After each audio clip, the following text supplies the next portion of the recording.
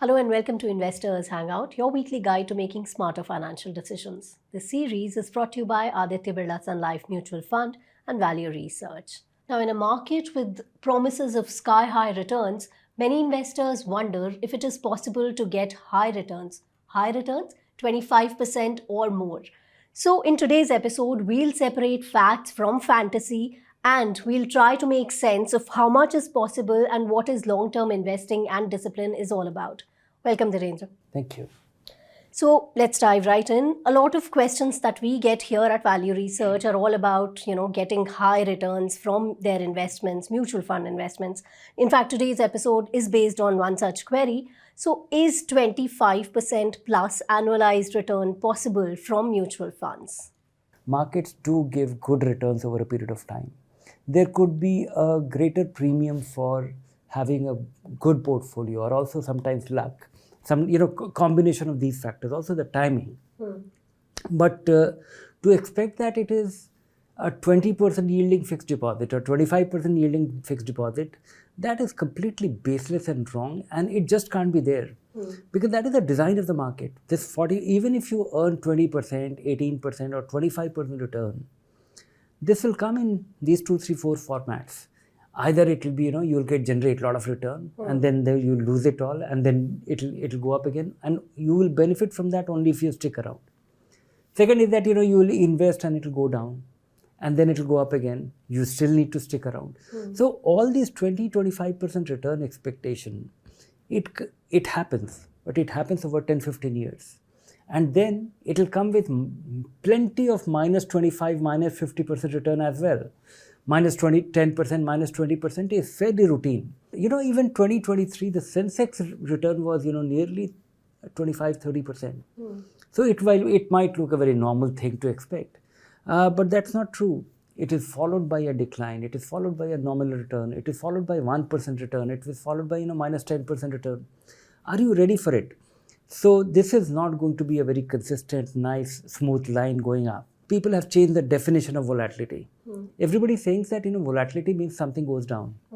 That's not true. Volatility means something goes up and down, and it's the extreme volatility that you will experience and you have to live with and get used to. That it translates into something like a decent, handsome return. So expect decent return for an all equity portfolio if it is well managed, high quality, and you are also lucky. And then you have the patience and the discipline. But don't expect it to be 25%, 20% year after year. Since we're talking about it, there are some fund categories that delivered high returns over the past 3-4 years.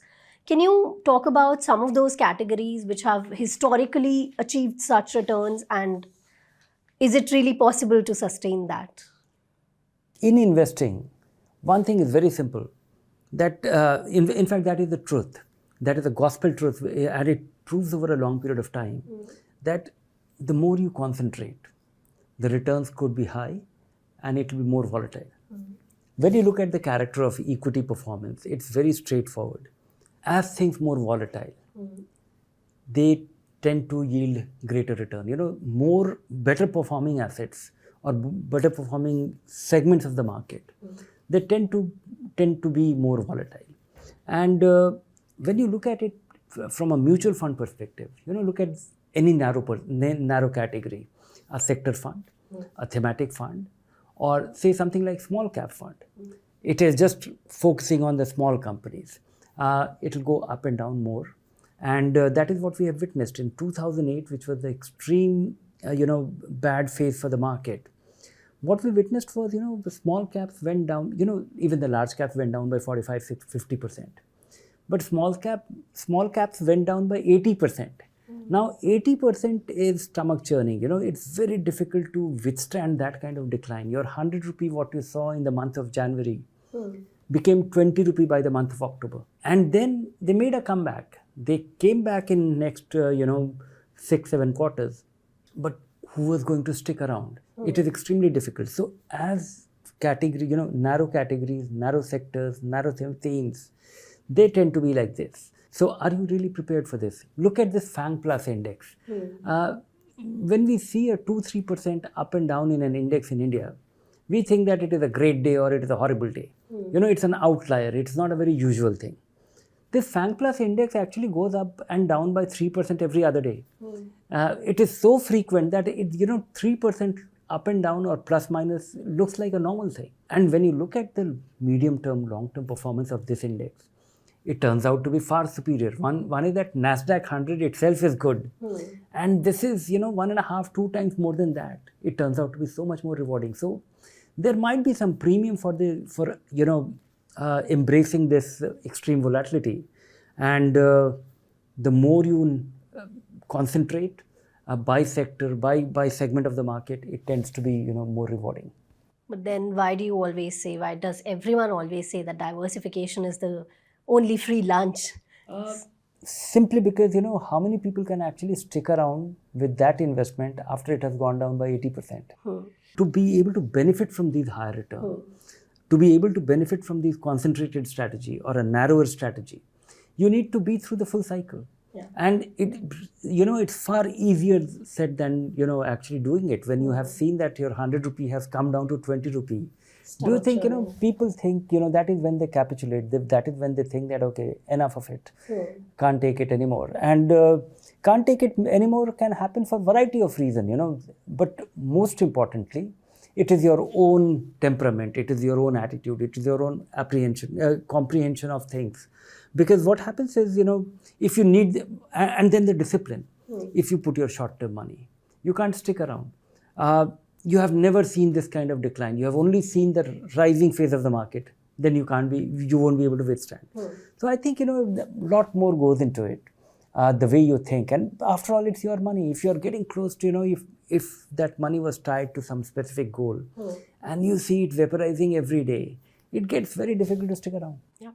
So while you did touch upon some of the risks and trade-offs that one should be mindful of, if you could elaborate on them, what is it that people should be mindful of while expecting such returns? The real risk of this kind of expectation is that you are extremely vulnerable. Somebody can take you for a ride. That's one, because these are not realistic return. And one is that even if they turn out to be realistic return, you can't start with the premise that this is what I have to get. There's a possibility there will be many investors, there will be many equity investors who will be able to earn 20% and more return over the next 15, 20 years maybe. But you really don't have to start with this expectation precisely, otherwise you will always be disappointed. There will be, of these 20 years when you will be very happy overall. In 10 of the 20 years or 15 of the 20 years, you will be disappointed because that will be minus 2%, plus 5%, plus 7% lower than fixed income. It's only that, equity tends to compensate in a very narrow period. Sometimes the market will go up by 50%, 100%. It has happened so often that there will be a pent-up, valuation or something, or a demand or a convergence of things which drives this market. And markets are very erratic. So that is what actually builds your return. Not that, 20% year after year. It is not a, 20% yielding deposit. So that's one. Second is to actually be very rational about, why you are getting this return. It is not that the stock market generates return. Eventually, the companies make more money. Companies make money that drives their stock prices. And that over a long period of time is very much, aligned to the earnings growth and earnings capacity or earnings of individual companies. And this is an aggregate. So if you are lucky with a bunch of stocks through a mutual fund, which turns out to be extraordinary, and then you are able to tide over and you don't get out at the wrong time, you don't get in at the wrong time. All those things are just as important. And don't run away when you are faced with that 50% decline. Yeah. So it's important to be cautious and not just expect those high numbers, but what then is a realistic expectation? My definition of realistic expectation is with a not so aggressive portfolio, I should be able to generate 25% more than what I earn in fixed return. The risk-free return. And for me, the risk-free return reference is, a conservative reference is, 1 year deposit rate of a State Bank of India. That is a risk-free return, almost risk-free return available to every Indian in the country. We have more SBI branches than McDonald's. And, a safe distance will be, for every 4 or 5 kilometers, you'll get one. So that is something which is fairly democratized in this country, and a bank which is still substantially owned by the government. Every reason to assume it to be a democratized deposit, which is almost risk-free. A conservative investor in equity and looking at aggressive hybrid fund or a balanced fund, then my expectation will be, it will beat the fixed income return by 25, 30, 40%, depending on the allocation. Mm-hmm. If I am actually even more aggressive, then maybe 1.5 times or, nearly 2 times as the fixed income return. Mm-hmm. And this fixed income return is a function of multiple things. It could be inflation, it could be the prevailing interest rate, it could be the demand and supply for the money, it could be the economic recession, or it could be an economic boom. All those things, and these are very cyclical things. They are not a static number. We have had, a phase in this country where, for 40 years, the interest rates were the same. No longer. Today, everything changes, inflation changes, and it gets passed on to consumers. We experience it every other day. Not that earlier it wasn't so. Just that, many other things were artificially controlled. And extremely, aggressive investor, a thoughtful investor with a temperament and a long-term view, he ends up with, something like 2.5 times of the then prevailing interest rates over time. Right. And that could be 20%. Yeah. Okay. And the most important thing is to have a modest expectation so that you are pleased with your return and so that you can stick around. Right. So a solid investment strategy would be to stick around for a long time and set realistic expectations, diversify well, be patient. Now, moving on to viewers' query, Vidya Iyer, 58-year-old Vidya Iyer says, at the moment, my allocation is 67% equity and the remaining debt is purely retirement allocation. I have excluded the amount kept separately for the child's education and the new house purchase. Am I doing it correctly? I don't have complete information, but based on what he has shared, that the money for child's education and buying the home, which he plans to, is separately earmarked. Now comes, how to look at it. I don't have the full context in terms of what is the income requirement and what is the scale of this investment.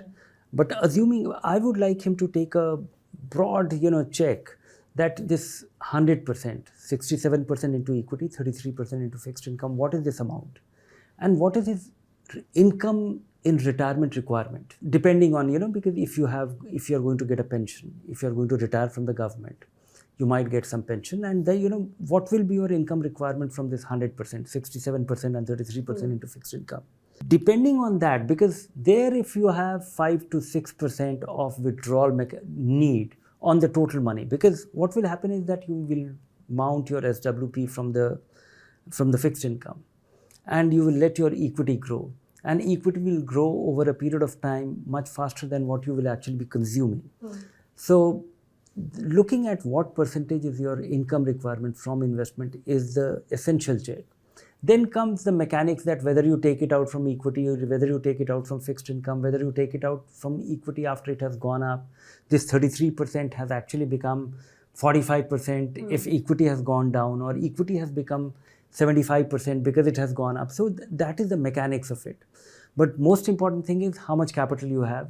Are you going to withdraw 5% or 6% from it? And if it is about that much, about 5%, you are fine. If it is going to be 8%, you need to worry. Well, thank you, Dhirendra. Thank you. Thank you to our viewers for tuning in. Remember, smart investing is about discipline, patience, and sticking for the long time. Well, that's all we have for you in this episode. Keep watching The Space for more information. If you like the show, do subscribe to our YouTube channel. Take care. Bye for now.